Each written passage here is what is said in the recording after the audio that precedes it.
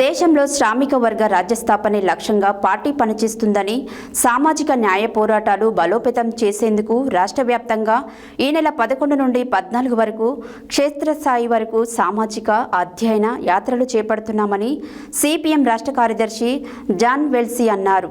శనివారం పట్టణంలోని మల్లు వెంకట నరసింహారెడ్డి భవన్లో ఏర్పాటు చేసిన విలేకరుల సమావేశంలో ఆయన మాట్లాడారు. శనివారం పట్టణంలోని మల్లు వెంకట నరసింహారెడ్డి భవన్లో ఏర్పాటు చేసిన విలేకరుల సమావేశంలో సిపిఎం రాష్ట్ర కార్యదర్శి జాన్ వెస్లీ పాల్గొని మాట్లాడుతూ, కేంద్రంలో బీజేపీ అధికారంలోకి వచ్చిన నాటి నుండి మత కుల ఘర్షణలు, మహిళలపై దాడులు పేట్రెళ్లిపోతున్నాయన్నారు. రాజ్యాంగాన్ని మార్చాలని, మనువాద కార్పొరేట్ విధానాలకు అనుకూలంగా బీజేపీ పనిచేస్తుందని విమర్శించారు.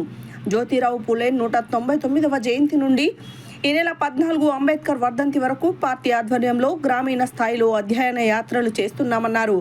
దేశవ్యాప్తంగా కులగణన చేపట్టాలన్నారు. రాష్ట్రంలో 42% బీసీ రిజర్వేషన్ అమలు చేసి అసెంబ్లీలో తీర్మానం చేసి కేంద్రానికి పంపిన దానిపై కేంద్రం పెదవి విప్పడం లేదన్నారు. రాష్ట్రంలో ఉన్న కేంద్ర మంత్రులు బండి సంజయ్, కిషన్ రెడ్డిలు ఇక్కడ ఒక మాట అక్కడ ఒక మాట మాట్లాడుతున్నారని విమర్శించారు. హైదరాబాద్ సెంటర్ యూనివర్సిటీ భూముల విషయంలో బీజేపీ ఎంపీల పాత్ర ఉందని వార్తలు వస్తున్నాయని, రాష్ట్ర ప్రభుత్వం దానిపై స్పష్టత ఇవ్వాలన్నారు. ఫార్మా భూములకు సంబంధించి రైతులకు ఇచ్చిన హామీలు, ప్రతి రైతుకు 120 కుంటల భూమి, ఉద్యోగం ఇస్తామని హామీ ఇచ్చారని, హామీని 2013 చట్ట ప్రకారం నష్టపరిహారం అందించిన తర్వాతే ముందుకు పోవాలని సూచించారు. హెచ్యుసి ఫార్మా, రామోజీ భూములు విషయంలో ముఖ్యమంత్రి రేవంత్ రెడ్డి స్పందించాలని డిమాండ్ చేశారు.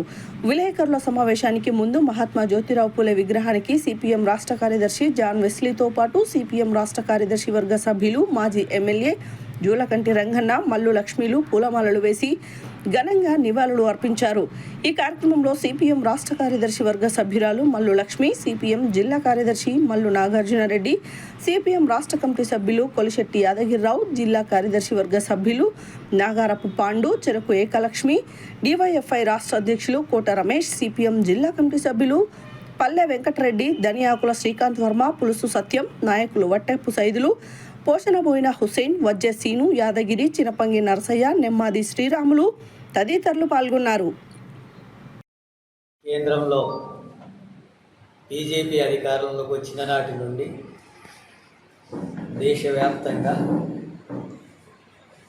మత ఘర్షణలు, కుల ఘర్షణలు, మహిళల మీద అత్యాచారాలు, దళిత బలహీన వర్గాల మీద దాడులు, ఇలాంటి ఘటనలంతా కూడా దేశవ్యాప్తంగా పెచ్చగిల్లిపోతున్నాయి.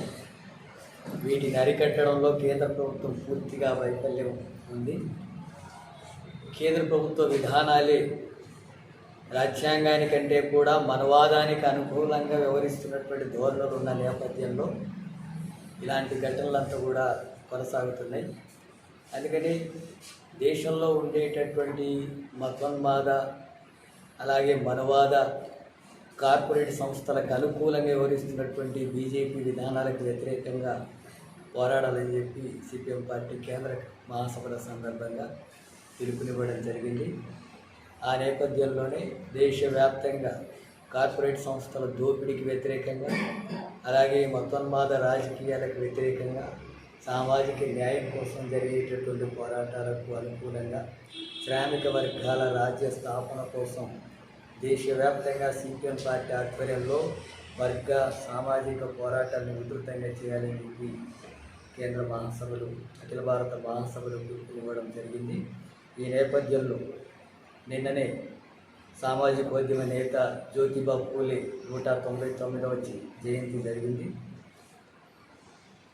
నిన్నటి నుంచి ఏప్రిల్ 11 పూలే జయంతి నుండి ఏప్రిల్ 14 సామాజికోద్యమ నేత డాక్టర్ బిఆర్ అంబేద్కర్ జయంతి వరకు రాష్ట్ర వ్యాప్తంగా గ్రామాన మనవాదానికి వ్యతిరేకంగా, అట్లాగే సామాజిక న్యాయం కోసం ఉద్యమాన్ని ఉధృతం చేసేటటువంటి పద్ధతుల్లో గ్రామాన ప్రదర్శనలు, సభలు నిర్వహించాలని చెప్పి రాష్ట్ర కమిటీ పిలుపునిచ్చింది.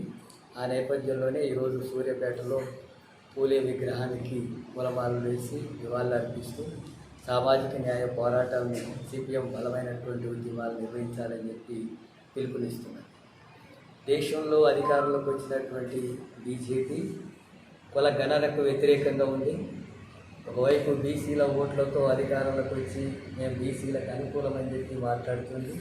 కానీ ఆచరణలో చూసినప్పుడు కులగణన చేయడానికి పూర్తిగా వ్యతిరేకంగా ఉంది. అన్ని ప్రతిపక్ష పార్టీలు కులగణన జరగాలని, ఏ కులం ఎంత జనాభా ఉందో, వాళ్ళ ఆర్థిక పరిస్థితి ఏంటి, విద్యా పరిస్థితి ఏంటి, వాళ్ళ అభివృద్ధికి తీసుకోవాల్సిన చర్యలు ఏంటి, రిజర్వేషన్స్ అమలు జరపాలంటే కులగణన కీలకమని చెప్పి ప్రతిపక్ష పార్టీలు సిపిఎం పార్టీతో సహా పార్లమెంట్లో ఒత్తిడి తీసుకొస్తే ఇప్పుడు వాళ్ళు బీజేపీ వాళ్ళు దీనికి వ్యతిరేకంగా ఉంటారు. అంటే సామాజిక న్యాయానికి వ్యతిరేకంగా ఉన్నారు, బీసీల రిజర్వేషన్లకు వ్యతిరేకంగా ఉన్నారు, బీసీల హక్కుల సాధన కోసం వ్యతిరేకంగా ఉన్నారు, బీసీ ప్రధాని అని చెప్పి అంటున్నాడు. బీసీల హక్కుల్నే కాలరాసే వైఖరిని కేంద్రంలో ఉన్న బీజేపీ తీసుకుంటుంది. అందుకని సిపిఎం పార్టీ డిమాండ్ చేస్తుంది, దేశవ్యాప్తంగా కులగణన జరపాలి. ఆ కులగణన జరిపితేనే బీసీల రిజర్వేషన్స్తో పాటు ఇతర ఎస్సీ ఎస్టీ బీసీ మైనార్టీలు మహిళల యొక్క సంక్షేమ అభివృద్ధికి కానీ చర్యలు తీసుకోవడానికి ఉపయోగపడుతుంది. అందుకే బీసీ కులగణన జరపాలని చెప్పి డిమాండ్ చేస్తుంది.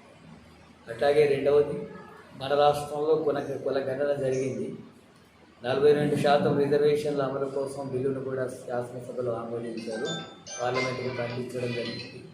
కానీ అక్కడ వాటికి సంబంధించినటువంటిది ఇంకా ఆమోదించేటటువంటి దానికి ఆటంకాలు కల్పించే వైఖరి బీజేపీ అనుసరిస్తుంది. ఇక్కడ ఉండేటటువంటి బీజేపీకి సంబంధించిన కేంద్ర మంత్రులు బండి సంజయ్ కానీ అట్లాగే కిషన్ రెడ్డి కానీ మేము సామాజిక న్యాయానికి అనుకూలం, బీసీల రిజర్వేషన్లకు అనుకూలం అని చెప్పి మాట్లాడుతున్నారు. కానీ మరి బీసీలకు 42% రిజర్వేషన్స్ అమలు జరపాలని చెప్పి పార్లమెంటుకు పంపిస్తే అక్కడ మాత్రం మాట్లాడట్లేదు, అక్కడ దాన్ని అమలు చేయడానికి తగిన చర్యలు తీసుకోవడం. ఈ రూపంలో బీజేపీ ఇక్కడ ఒక నాటకం అక్కడ ఒక నాటకం ఆడి బీసీలను బలహీన వర్గాల్ని మోసం చేసేటటువంటి చర్యలను పాల్గొంటుంది.